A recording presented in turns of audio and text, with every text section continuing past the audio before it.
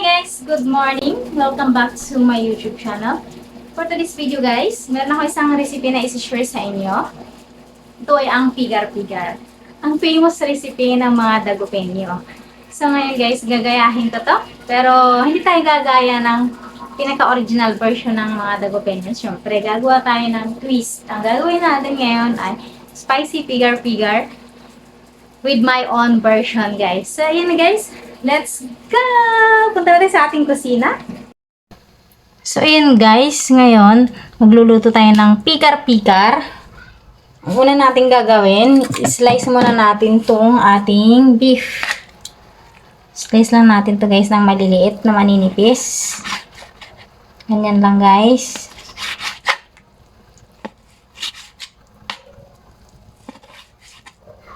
Try lang natin magluto ng pikar-pikar guys kasi nagustuhan namin yung lasa ng pikar-pikar nung kami ay namasyal ng Baguio. Pagbaba namin ng Baguio, may isang resto sa Dagupan na dinaanan namin guys. Specialty nila pikar-pikar. So ngayon, inalam ko kung paano to lutuin guys. Ngayon, susubukan natin iluto to. So, hindi naman pala siya mahirap lutuin. Sobrang dali lang niya.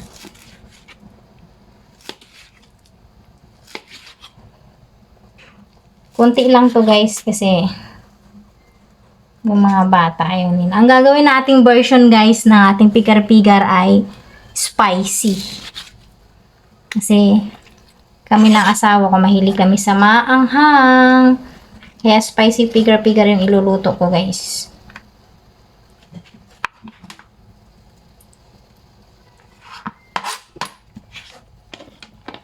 Ang pikar-pikar guys ay lutong Ilocano.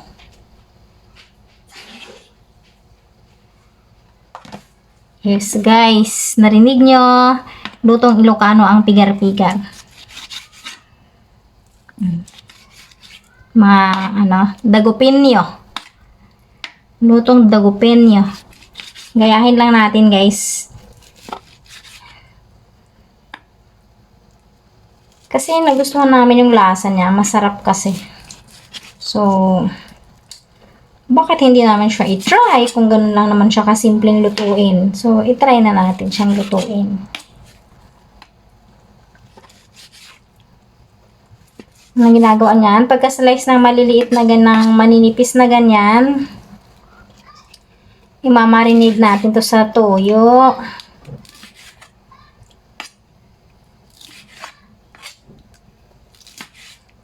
Yan. So,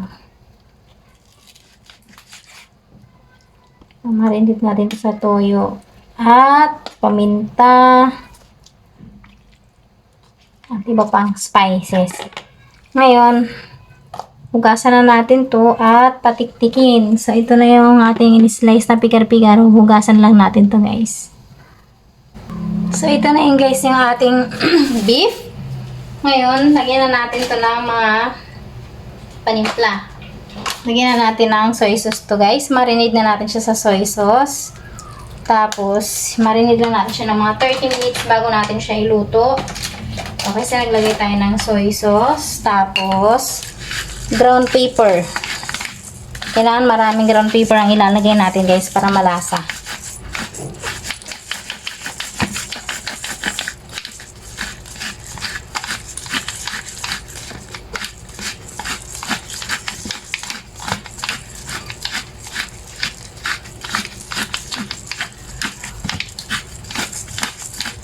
Yan guys, pwede na yan. Medyo marami na yung ating ground pepper. Okay, so ngayon guys, ang next natin ilagay is maglagay lang tayo ng konting asin. Ayan guys. Konting asin.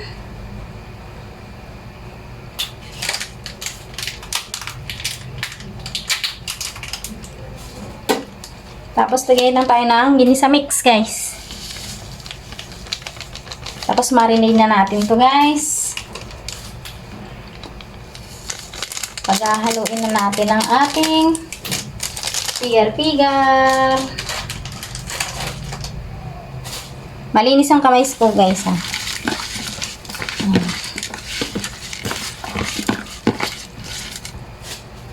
Dagdagan lang natin ng onting soy sauce. Okay, tama na yan.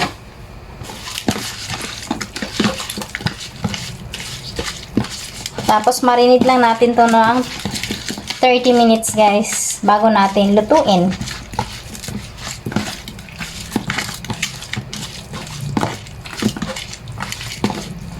Okay.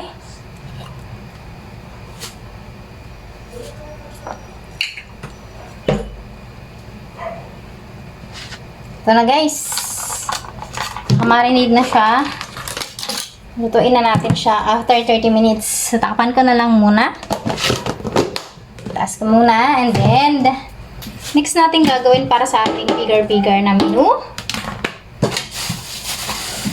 Chop lang natin yung ating repolyo. Ito, guys, yung repolyo. Hatiin lang natin to ng pa-cubes. Yan. Ganyan lang.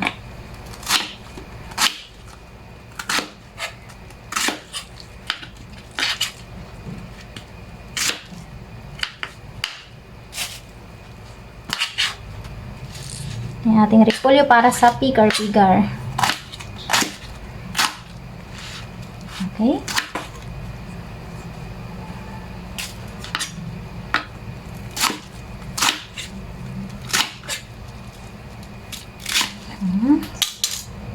So, ready na yung ating repolyo para sa ating pigar-pigar.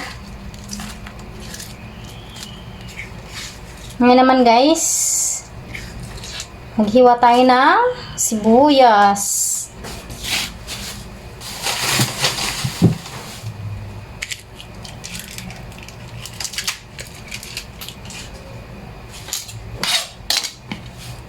Maganda dito sana, guys, white onion. Kasi yung binili ni Daddy ay hindi white onion yung binili niya. So, ito, guys, ganyan lang ang hiwa niya.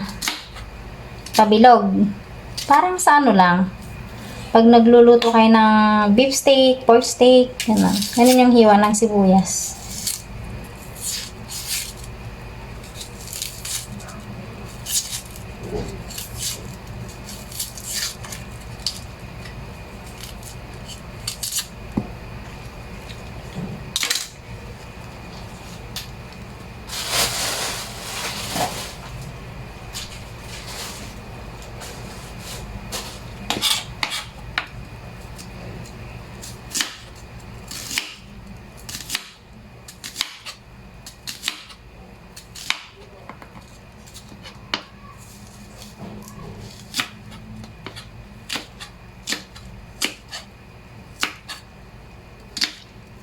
So, ayan na, guys. Ready na yan.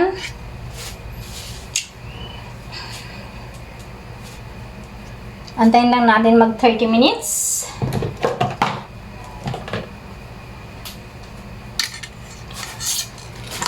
Okay, so ayan na, guys. Ready na ang ating repolyo at sibuyas. So, antayin lang natin na mamarinade ng onte ng about 30 minutes yung ating beef para iluto na natin ang ating menu na pigar-pigar. So, yun, guys. Ito na yung ating beef na nakamarinade. So, iluluto na natin ngayon to. Tayong sibuyas at sili para sa ating spicy pigar-pigar. At syempre, guys, nandito din ang repolyo. So, yun, guys. Let's start. So, yun, guys. Mag-start na tayo magluto. Maglagay na tayo ng cooking oil sa ating kawali. Sa pigar-pigar ng mga dagopen nyo, guys, pag nagluluto sila ng pigar-pigar, ang pigar-pigar nila, guys, is yung ano talaga siya, lubog sa mantika. Pero ang gagawin natin, huwag tayong ganon, guys, kasi alam naman natin na ang mantika is sobrang napaka ano nyan, guys, cholesterol. So,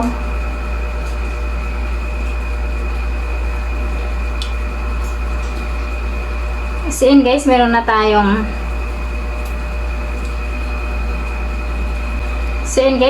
tayong mantika dito sa ating kawali. Hindi lang natin gagayahin yung kung ano yung pagluluto ng mga dagopenyo. Kasi guys, yung kanila lubog kasi sa mantika yon, yung piniprito sa lubog sa mantika. So, ang gagawin natin, ibahin natin ang ating version. So, ito yung tinatawag natin na pigar-pigar to ala MJ guys. So, ayan, start na tayo. Ngayon, ipapry na natin yung ating nakamarinade na beef.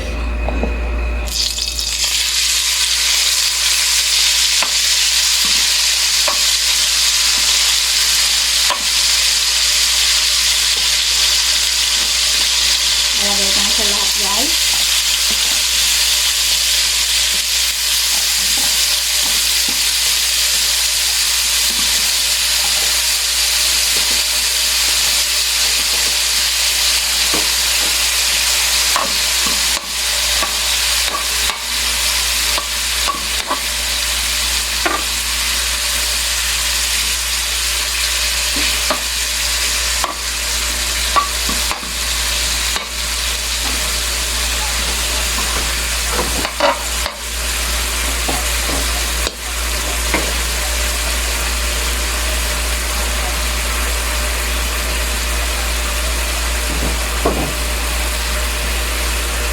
Naalang natin yung ating apoy guys.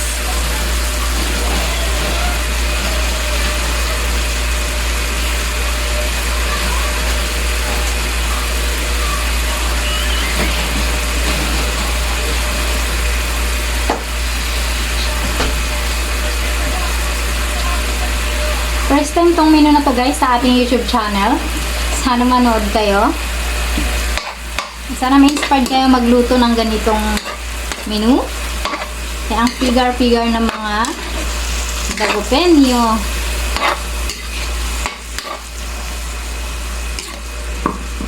Mga lutong Ilocano guys.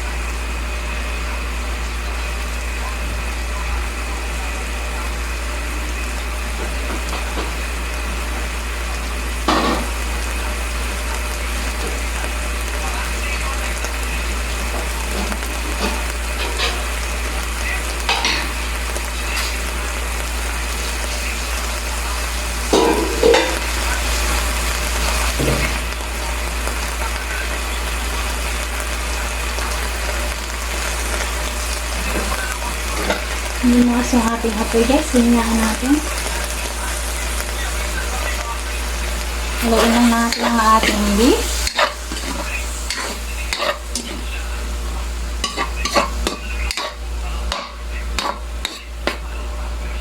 Takpan natin ng mga ilang minutes guys yung ating beef para lumambot.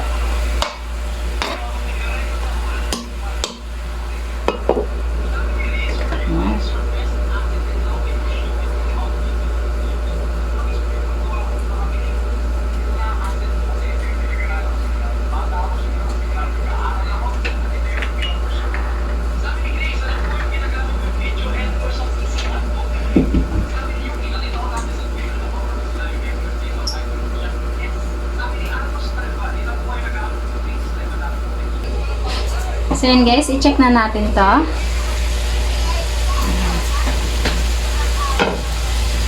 So yun guys, lalagyan na natin siya ng ating additional flavor.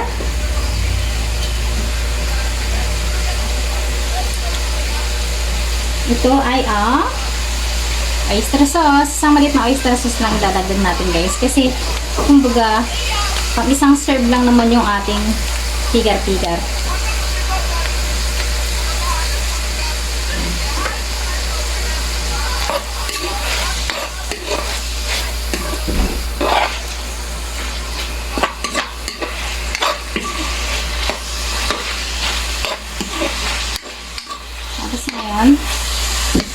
natin yung ating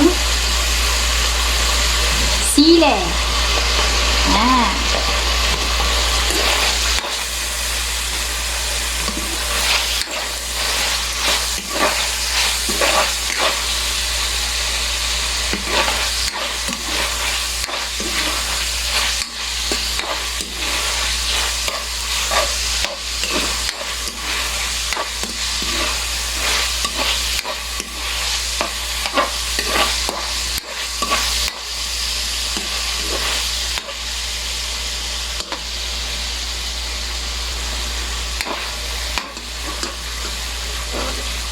Ngayon guys, lagyan na natin ang ating repolyo.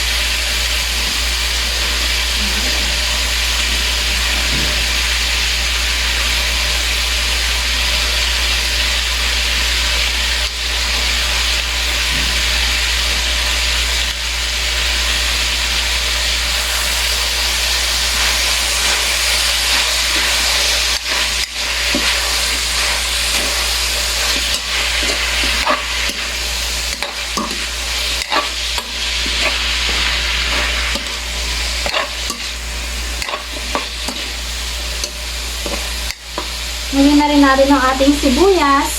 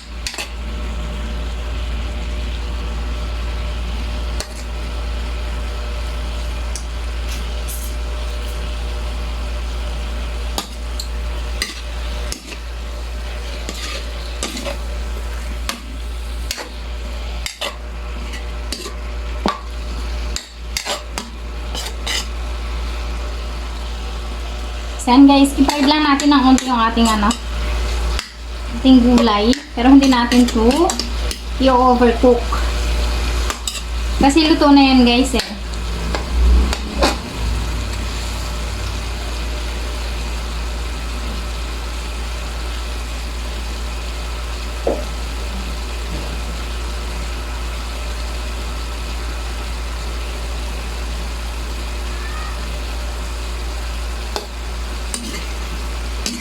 Para lang siyang stir fry beef.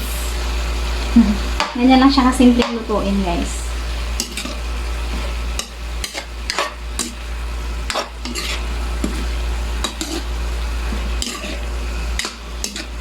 Pikar-pikar!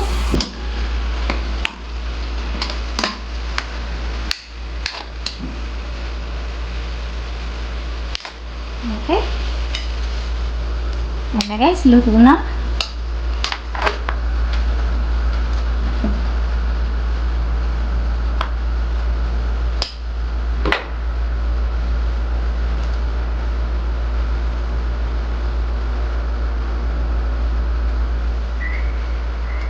So yun na guys, dito na ang ating pigar-pigar for our lunch.